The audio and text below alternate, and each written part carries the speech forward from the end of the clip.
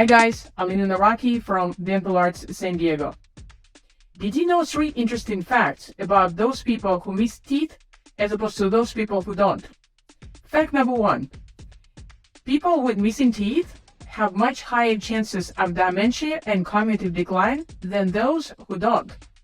Fact number 2. People with missing teeth have a much lower quality of life. Why?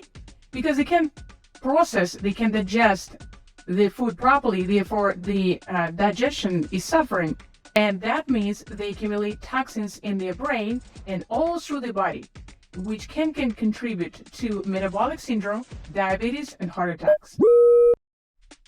And guys, the last fact is people with missing teeth on average live 15 years shorter lifespan than those who don't.